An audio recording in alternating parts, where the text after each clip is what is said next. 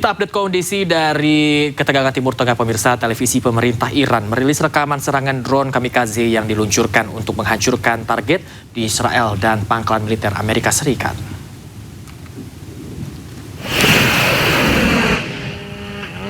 Sejumlah drone Shahed 136 Iran lepas landas dari lokasi yang dirahasiakan.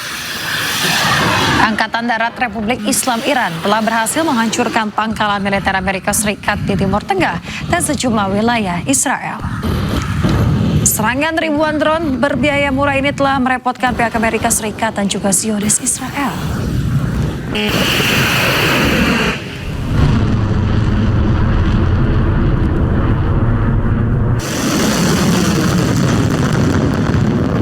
Sementara itu, Korps Garda Revolusi Islam Iran menunjukkan rudal-rudal yang diluncurkan sebagai bagian dari gelombang ke-30 Operasi True Promise 4. Sementara pasukan pertahanan Israel telah gagal menghalau rudal hipersonik buatan Iran seperti Fatah 2 dan Kibar. Negara Islam Iran juga memiliki rudal balistik Khorramshahr yang mampu membawa pelasak seberat 1 ton.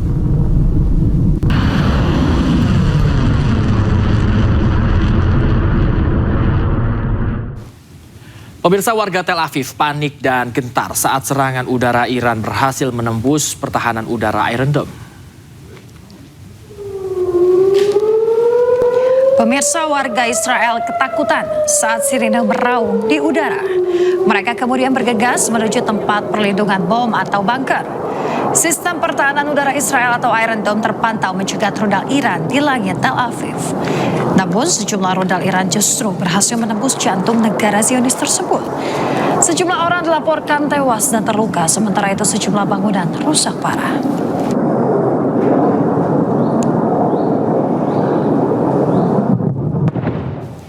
Militer Iran terus melancarkan serangan udara ke sejumlah wilayah Israel di bawah kepemimpinan Mojtaba Khamenei.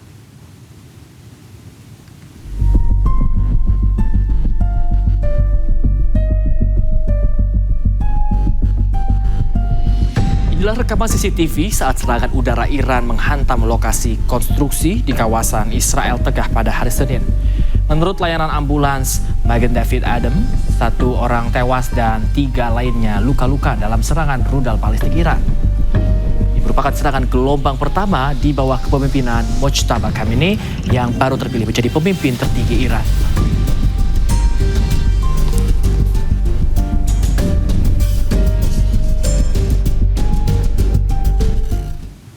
Israel dihujani serangan rudal balistik dari Iran Minggu malam waktu setempat. Serangan tersebut tak bisa dihindari warga karena peringatan sirine terlambat.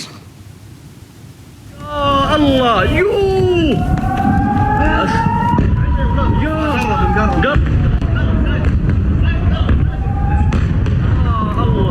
Beberapa rudal dilaporkan berhasil menembus pertahanan udara Iron Dome milik Israel.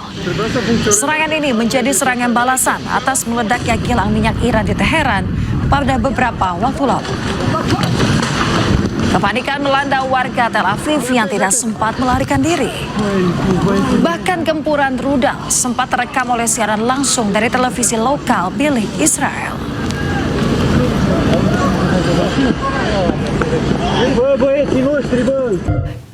Pemirsa, serangan rudal hipersonik Iran dilaporkan menghantam sebuah bunker di Tel Aviv, Israel. Ya, bunker tersebut disebut-sebut sebagai salah satu tempat persembunyian para pemimpin Israel, termasuk Perdana Menteri Benjamin Netanyahu.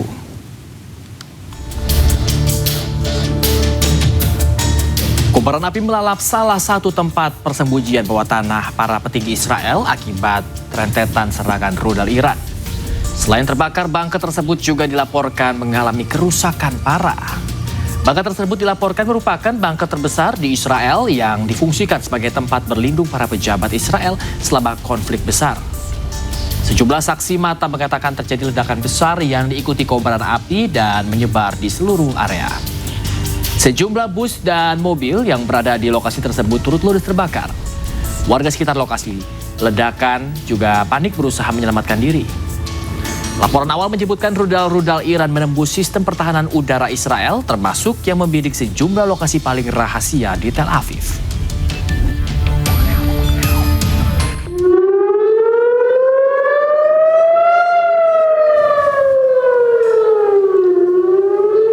Warga Israel berlari menuju tempat perlindungan saat suara sirena memecah kesunyian di kota Tel Aviv Senin malam. Ledakan mewarnai langit Tel Aviv saat rudal Iran berhasil dicegat sistem pertahanan udara Iron Dome. Namun rudal hipersonik Iran juga berhasil menghancurkan sejumlah lokasi di Israel. Jumlah korban tewas dan kerusakan di fasilitas vital Israel dilarang untuk dipublikasikan.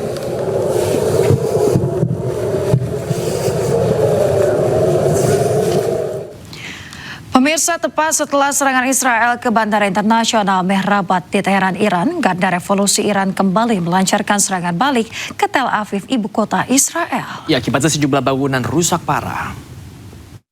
I think that's what the calculation now is. Regime preservation. Ledakan besar terjadi setelah sebuah rudal menerjang pusat kota Tel Aviv di Israel.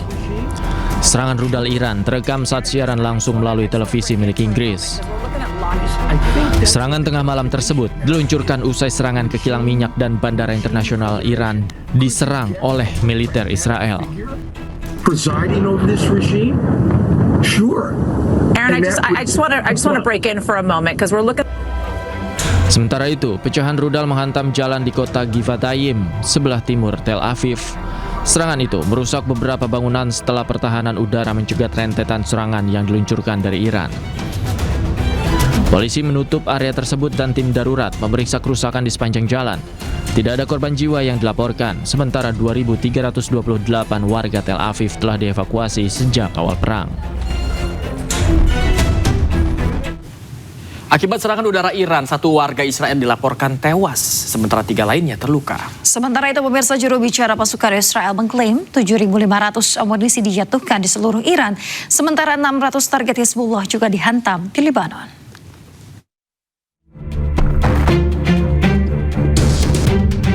Para anggota layanan ambulan Magen David Adom atau MDA terlihat menanggapi dugaan dampak bom tandan di Israel Tengah.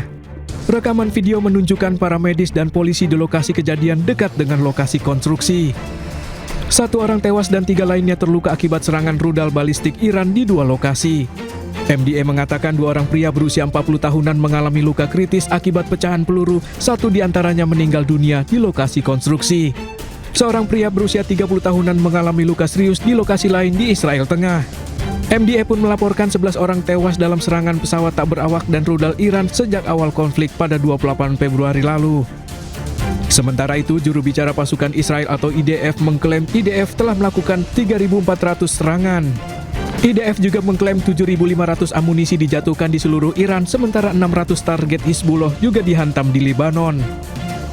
במסגרת המבצע ביצענו כ-3,400 תקיפות ברחבי איראן והוצאנו משימוש יותר מ-150 מערכות הגנה איראניות. עד כה חיל האוויר הטיל כ-7,500 חימושים על מטרות בכל רחבי איראן. מדובר בפי 2 מהכמות שהוטלה לכל אורך מבצע עם כלבי. עברנו לשלב הבא במבצע. הרחבנו את התקיפות על אתרי הייצור המרכזיים של המשטר.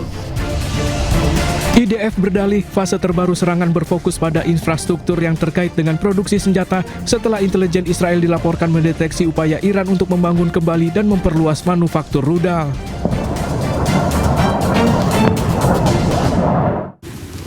Pemirsa, Iran akhirnya menunjuk Mojtaba Khamenei sebagai pemimpin tertinggi. Ya, Mojtaba menggantikan ayahnya, Ayatullah Khamenei yang meninggal dunia akibat serangan Israel pada 28 Februari lalu.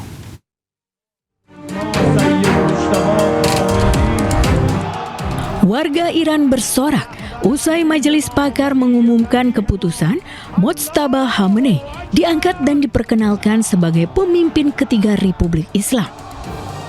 Pertemuan majelis pakar Iran dilakukan di tengah ancaman dari Amerika Serikat. AS menyebut pemimpin Iran berikutnya tidak akan bertahan lama jika terpilih tanpa persetujuan AS.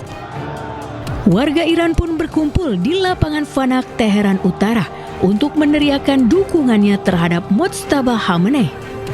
Mojtaba menjadi pemimpin ketiga Iran melalui pemungutan suara dari para perwakilan yang hadir. Mojtaba adalah putra kedua dari pemimpin tertinggi Iran, Ayatullah Ali Khamenei, yang tewas dalam serangan gabungan AS dan Israel pada 28 Februari lalu.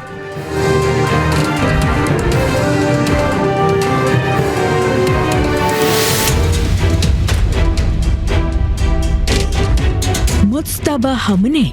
Nama ini akhirnya disahkan untuk menggantikan posisi ayahnya, pemimpin tertinggi Iran, Ayatollah Ali Khamenei, yang telah wafat pada 28 Februari 2026 lalu. Mojtaba merupakan anak kedua dari 6 bersaudara. Kakak pertamanya bernama Mostafa Khamenei. Mojtaba Khamenei lahir pada 8 September 1969 di kota Mashhad. Ia tumbuh dalam keluarga ulama yang punya peran penting dalam sejarah modern Iran. Mojtaba menempuh pendidikan agama di kota suci Qom, pusat Islam Syiah terbesar di negara tersebut. Selama ayahnya menjadi pemimpin tertinggi di Iran, Mojtaba Khamenei disebut-sebut cukup berperan di balik layar kekuasaan. Ia dianggap sebagai penghubung antara lingkaran kekuasaan dengan lembaga keamanan negara, termasuk Korps Garda Revolusi Iran atau ARGC. Di Iran, status keulamaan Mojtaba Khamenei adalah ulama Syiah tingkat menengah. Hingga sekarang, ia belum dianggap sebagai ayatollah besar. Tetapi ayahnya, Ayatollah Ali Khamenei, awalnya juga bukan ayatollah besar saat dipilih pada tahun 1989. Tetapi mendiang Ayatollah Ali Khamenei kemudian dinaikkan status keagamaannya setelah terpilih.